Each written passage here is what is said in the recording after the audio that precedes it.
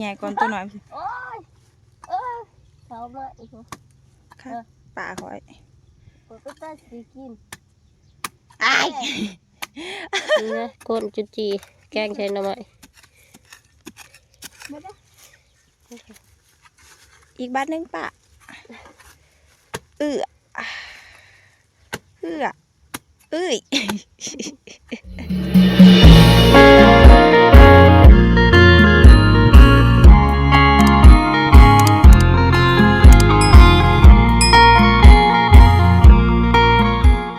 สบายดีพี่น้องมื้อนี้พบพอกับซาดาคือเก่านะยินดีตอนรับเข้าสู่สองผู้ละดาสาวลาวคือเก่าพี่น้องมื้อนี้ซาดาสิออกให้ออกหน้าไปหาหน่อไม้เนาะหาหน่อไม้คุดจุจี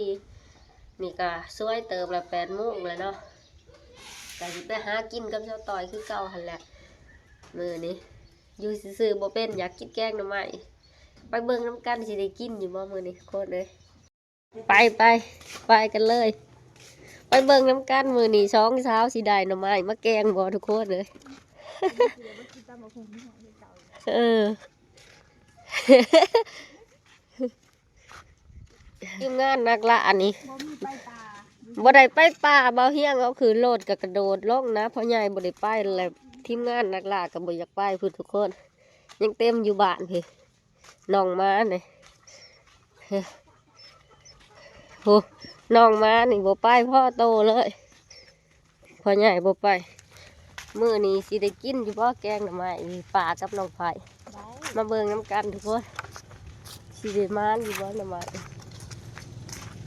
มาสินี่ได้หลอดเขาทันอยู่ในข้างบ้านนี้มันบ่มีหน่อไม้ทุกคนมันแห้งโอ้สิเลาะเอาเมื่อหาแถวหน้าเอาพุ่นแล้วโค้งเข้ามาไปหาลูกนี่บ่มาก้อนไม้ไผ่ไม้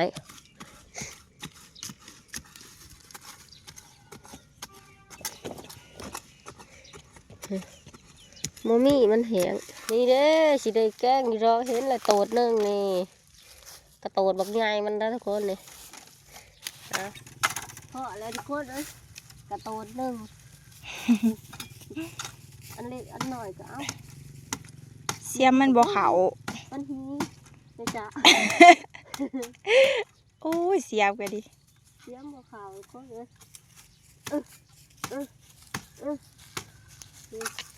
เอาเลยนี่พอได้แกงอยู่ดอกปืนนี่เอาหน่อยก็เอา เห็นบ่ป่า ก่อนนี้เรื่อยเลยก็เห็นของอยู่มันเห็นได้อีกแตดหน่อยนึง ใช่บ่เสียมมันบ่เขา ไปใช้โอ้ย เขาไปซับมาอะไรแต่ปลายนะ นี่ในแต่ป้าย แต่เสียมมันบ่เขา มันก็แหงมันบ่ค่อยออกหน่อยใหญ่ย่างมาหาก็มีนี่อีกมันก็ไม่สุดโคนเลยฮักไร2 หน่อ2 หน่อหน่อย โอ้ตะกี้มันเป็นกอกหยุ่มน้ำเก่าเด้นี่เลยเราใส่น้ำเราหยุ่มเอาตะกี้เป็นเตียงเก่าแล้วเห็นปะ โยมได้เซยเนาะป่า เราหยุ่มน้ำเบิ่งทุกคนน้ำแห้งเลยนะ แม่น ไม่ใส่ได้มีกอกหน้าแล้ว คักเลยเนี่ย เนาะไม่ใส่ได้ใส่ดีดูคัดนี่ใส่ได้เชยกอกหยุ่มน้ำจุดจีพี่น้องนี่ต้มใหญ่เพราะได้ใช้แกงหน่อไม้จุดจีคันมีขี้งัวใหม่นี่นะก้นจุดจีแกงใช้หน่อไม้ผู้เห็นแนงหน่อไม้อยู่ทั้งนั้นหรอวะมันหรอวะ ขาว ใช่เออ ๆแต่ว่ามันสิได้ตัวนี้แล้วมันขาด เออบักใหญ่มันนะทุกคนนี่หน่อขาวจวดเลยนะ เมื่อเลยจะเครื่องหนึ่งแล้วนี่นะมันข้าใหม่อีก เพ เพื่อ ราะ น ว่ามันด่า หนอขาวกับข้าใหม่เขาเช้าแล้วก็กระงัดเอา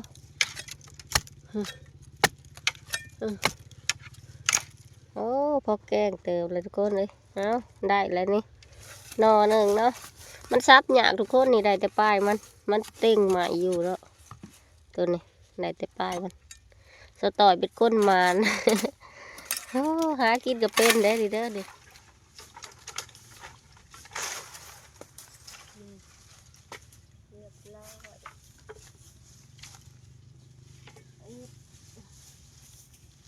เรียบร้อยเรียบร้อยนี่คนแหนมบักใจเลยทุกคนกอลงมาแต่เถิงพอตัวนี้กันบ่มีกอกับบ่ได้ได้นี่ต่อยมันนอห้างมันแหนงเฮ้ย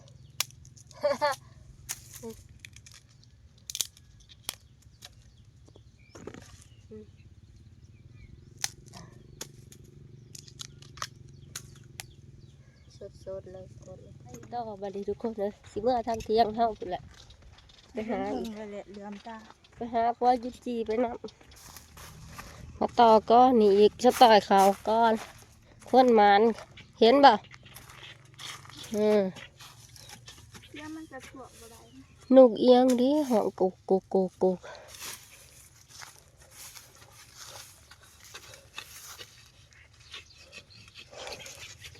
เด้ฮะ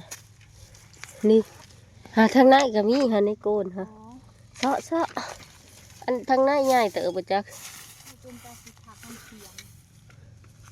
พวกเขาก็ซักได้แต่ ฮะ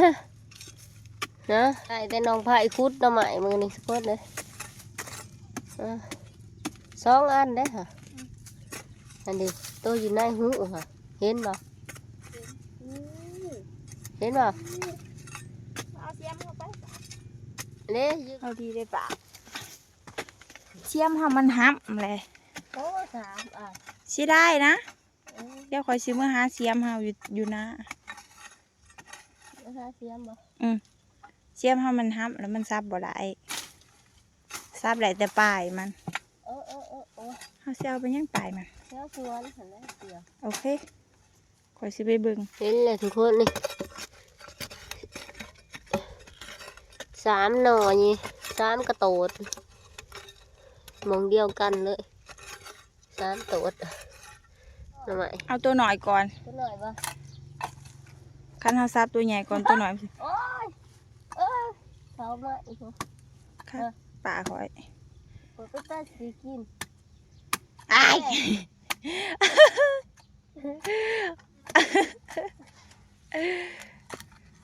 โอ้ย ป่าคอยเห็ดมูลเบิด คือเป็นคนตาบุเป็นแท้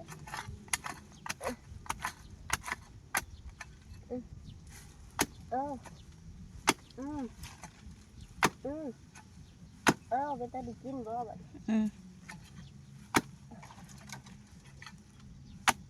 ซับแก่ๆเอามือเกี่ยนนะซับใหม่เอาก่อนที่เจ้าก็ได้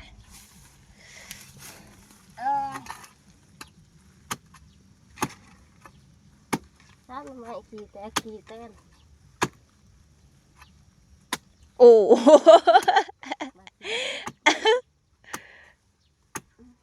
ซับไปซับมาสิได้แต่ป้ายมัน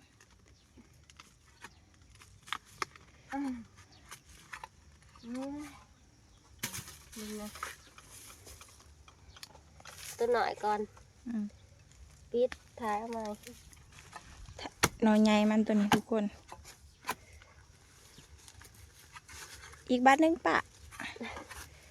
เอื้อเอ้ย ได้แล้วแหละได้แล้วยังบ่แล้วมือบ่ขาดปาก ออกไงเด้อ ซับอีกปากคอยเมื่อยเลยทุกคนเจ็บเบิดสวง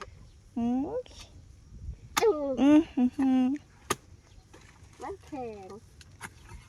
นี่ดูได้ว่ามัน ได้แล้วโอ้ นี่ อันบักใหญ่ ปะข้าวแกงเหรอ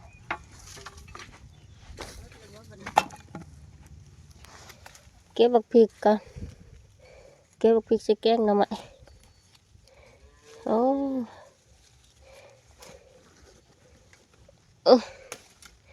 หน่วยใหญ่เลยทุกคนบักพริกอยู่สวนหน้าเฮาเองนี่นะ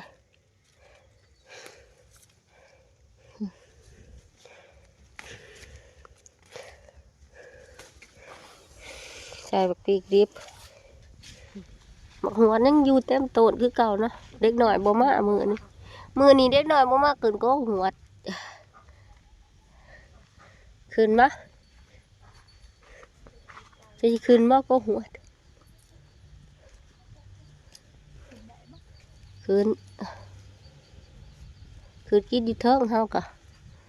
นี่ขึ้นก็หัวก่อนโคตรเอ้ยขึ้นกินบักหัวก่อนพักพอเลยจากสีย่างเขาเมื่อแกงหน่อไม้อุ๊บ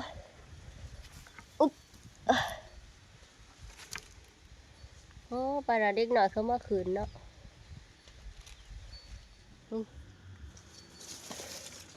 ของแสบทุกคนหมากไม้ธรรมศาสตร์บ้านเฮาบักหวดบ่ฮู้ว่าอยู่ฟังไทยพี่น้องฟังไทยเอิ้นหมากหยังเนาะแซ่บหวานเธอต่อยแซ่บปะเมื่อยหาหน่อไม้แล้วก็มาคือมาหวดกินแบบนี้แซ่บเลยทุกคน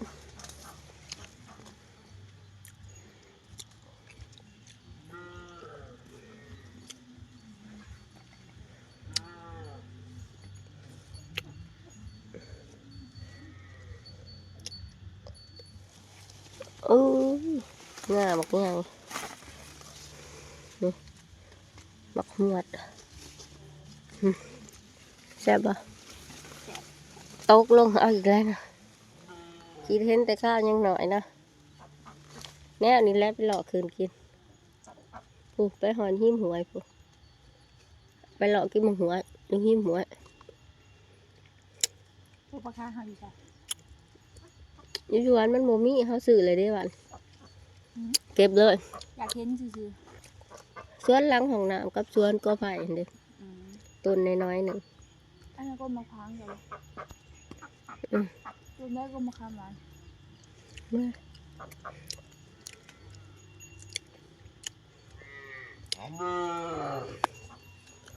ใช่ปะกินแล้วกับปากดำซบดำ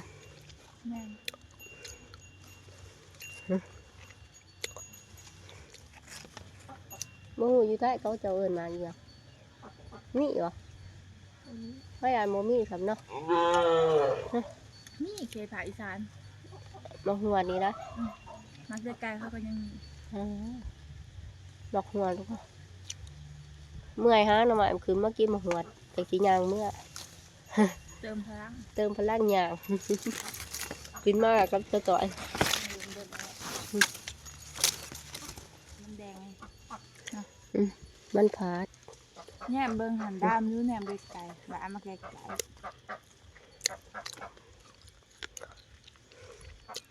ตาก็บ่กินหัว ซุปอ่ะ ทุกมื้อ นี่ไงทุกคนบักหวดช้ำๆเลยนะคืนกินหอดก๊กเลยหวานไปเลยร้านกล้วยตัวนึง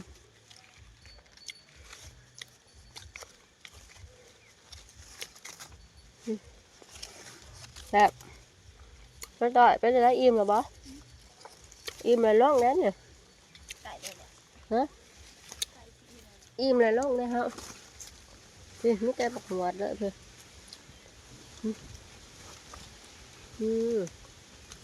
แซ่บ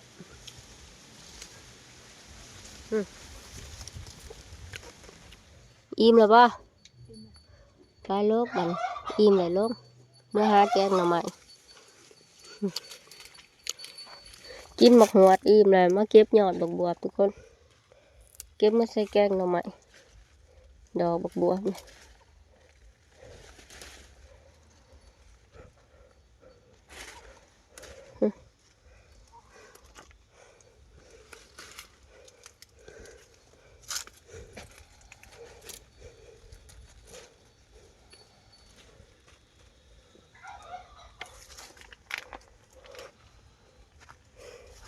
แห้งเก็บแห้งแตกได้นี่ยอดมัน โอ้ยนี่บอกกู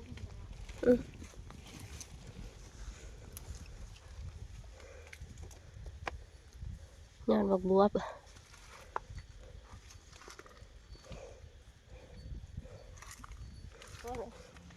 โซดากับเสื้อต่อยได้หน่อไม้พวกแกงเลย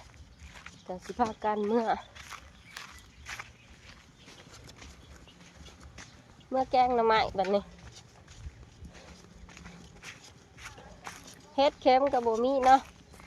ไปซื้อเฮ็ดเค็มมาใส่แกงหน่อไม้ฮะบริไปบ่ เสียมหาบริจูหมาเสียมหา เมื่อเลยเนาะ เห็นน้อยใหญ่จะจับบได้ ไปบ่ไปเบิ่ง บ่ไปคนนึง บ่มีเสียม เสียมกับบดี เมื่อแกงบัดนี่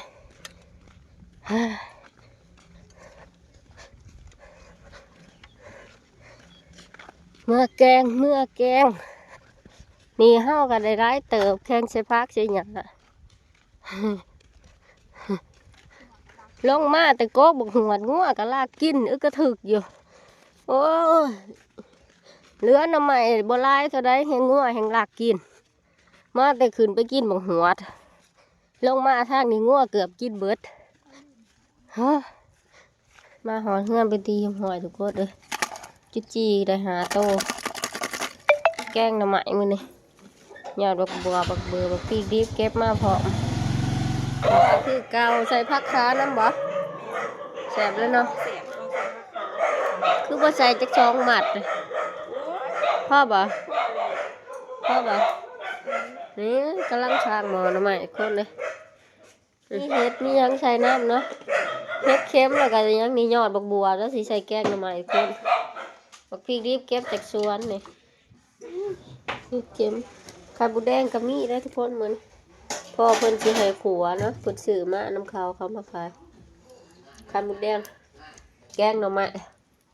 ตำข้าวเบื่อเคยแกงอยู่บ้านอะไรหน่อไม้ เ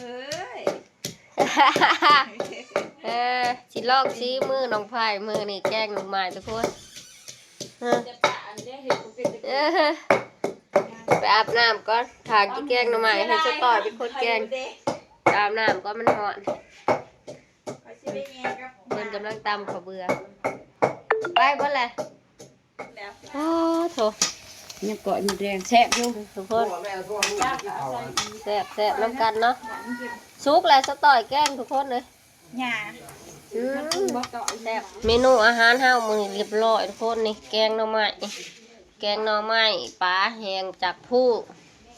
ไข่มดแดงนะลาบซีดเนาะมีครบมื้อนี้ไปพร้อมกินมาล้นเลยเมนูอาหารพร้อมแล้วบ่มีหน่อไม้นะหน่อไม้กำเดียวงัวลักกินเบิดมาแต่คืนโกบหัว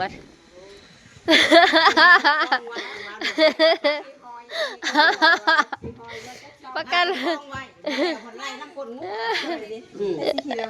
งัวมา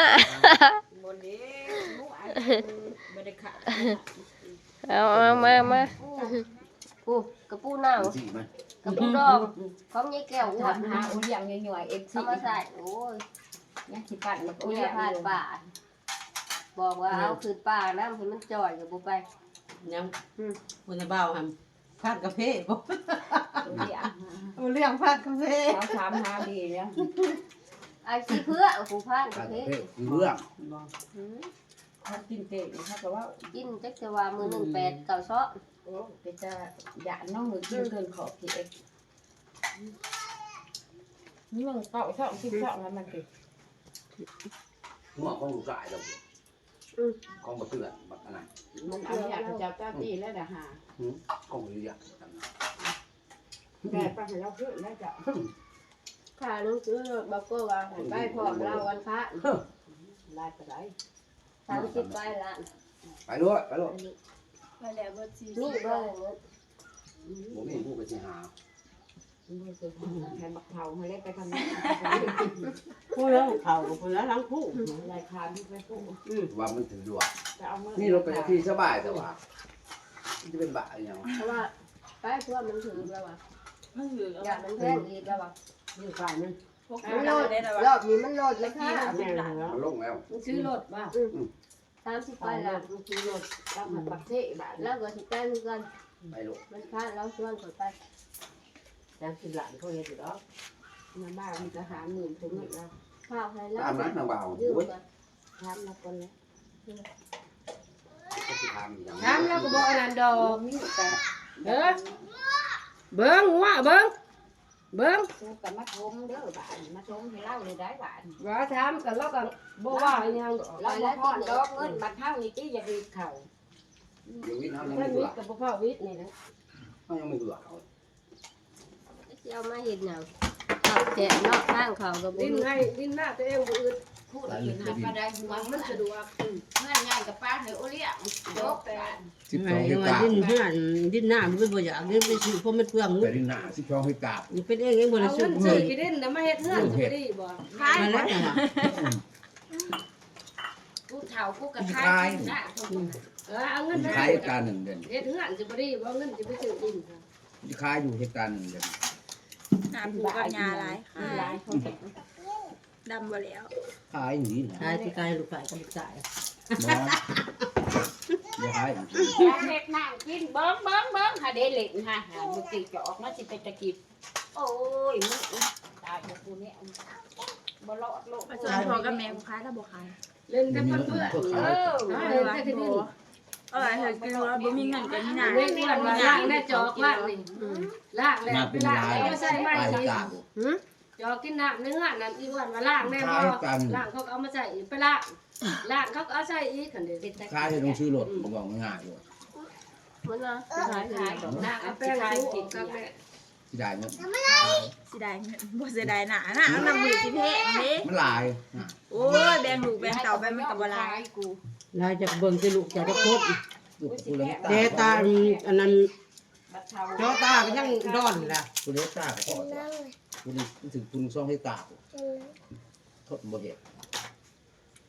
กินมาเกิด หลายว่าเลี้ยงว่าเลี้ยงขวดนี่คือใต้อีกนกขวดตัวนี้ เขาเฮ็ดหน้าสำนักสมมุติ ของไม่เห็นอยู่ เท เนาะ มมันนี่เนาะ เข้ม มันสิชุเข้มกระดากระดอ เพื่อที่คุณ